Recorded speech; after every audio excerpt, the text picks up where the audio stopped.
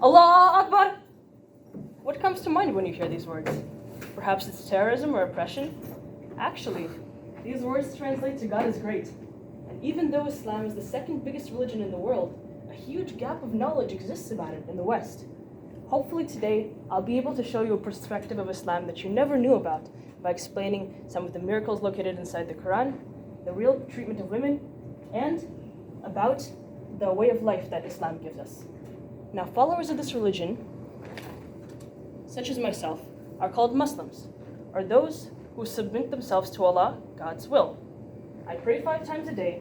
I'm doing my best to start wearing the hijab, and I'll be fasting for Ramadan. I got most of my knowledge and became Muslim while I was living in the Middle East. So, let's jump right into our first topic, which is the miracles inside of the Quran. There are many linguistic, medical, and environmental miracles. And the first one I'd like to draw your attention to today is the concentric Ayat al-Kursi. You might be thinking, what the heck is concentric? Well, we'll find out in just a second here. This beautiful explanation was given to us by Islamic speaker Numan Ali Khan at the Bayina Institute in a lecture titled The Greatest Verse. If we take a closer look here, we'll see that the Ayat al-Kursi is composed of 9 parts. The first and the 9th both mention 2 descriptions of God. The 2nd and the 8th both say that he is never fatigued. The 3rd and the 7th both say that he owns whatever is in the heavens and the earth. The 4th and the 6th both say that all knowledge only belongs to him. But now you'll never guess what the middle verse says. It says that God knows precisely what comes before and after them. Pretty surprising, right? But probably even more surprising is our next miracle. It's about the human body. Also it's important to note how the Quran was sent down. It was sent from Allah to our beloved Prophet Muhammad, peace and blessings be upon him, 1400 years ago as an oral message. So if we go back here 1 second, imagine having to stand up here and giving a speech off the top of your head and the result ending up in this kind of formation. Seems interesting, right? 1400 years ago as an oral message. So now, getting back to the human body, Prophet Muhammad, in an authentic hadith, which is a direct narration, stated that all children of Adam have 360 joints in their body, and those who use those joints in a good way will protect themselves from punishment. So, 360 joints, huh? Let's just see what modern medicine has to say about that.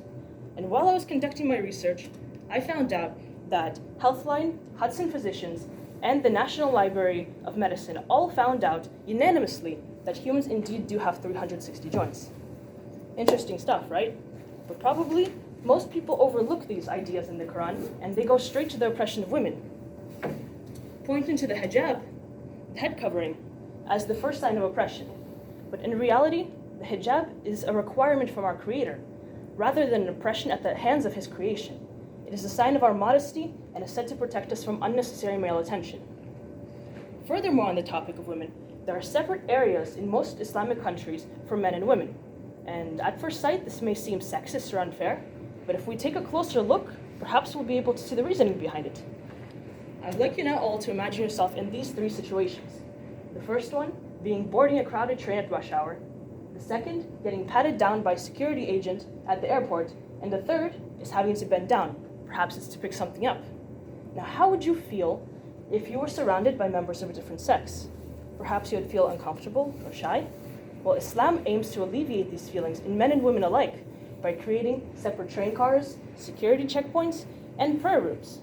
So far, we can see that the treatment of women in Islam is quite different than how Western media portrays it to be, coming directly from our book.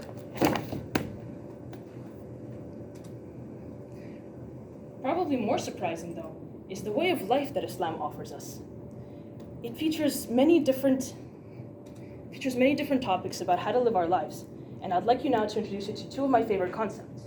The first one is a verse directly from the Quran, stating, فَإِنَّ مَعَ الْأُسْرِ يُسْرًا, translating to, indeed, with hardship comes ease. Notice how he didn't say after hardship, with hardship, meaning that Allah never gives us only hardship. This was further explained by Islamic speaker Yasmin Mogahid in a lecture titled Staying Positive in a Negative World, where she explains that in this verse, hardship is singular, but ease is plural. meaning that Allah gives us more ease than He does hardship. Now, the second concept, personally my favorite, is Alhamdulillah, which translates to all praise and blessings be upon God. And it's used beautifully to exemplify the Muslim mentality. So what happens when a Muslim is met with a joyous event? They exclaim, Alhamdulillah, for this event, thank God.